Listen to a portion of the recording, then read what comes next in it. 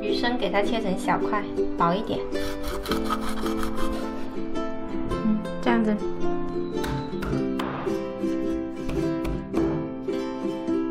尾巴这一节先给它砍出来。我们先来把鱼腌一下，加入几片姜，少许葱段，一点料酒，搅拌一下，然后腌制10分钟。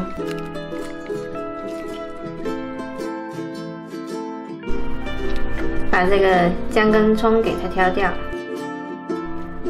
找个大一点的盘子，把鱼摆进来，把鱼片给它打散，像一把扇子一样。每一片的距离尽量给它摆均匀，然后鱼头这样子摆在这上面，再切点红辣椒点缀一下。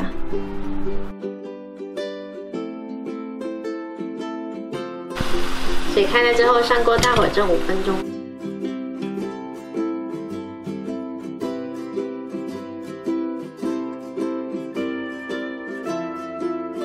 鱼蒸出来的水呢比较腥，我们给它倒掉。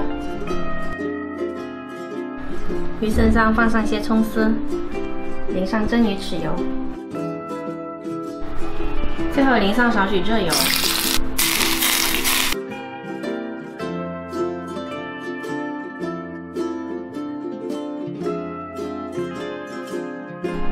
鲳鱼这样的做法呢，既好看又好吃，而且做法又简单，喜欢的话可以试一下。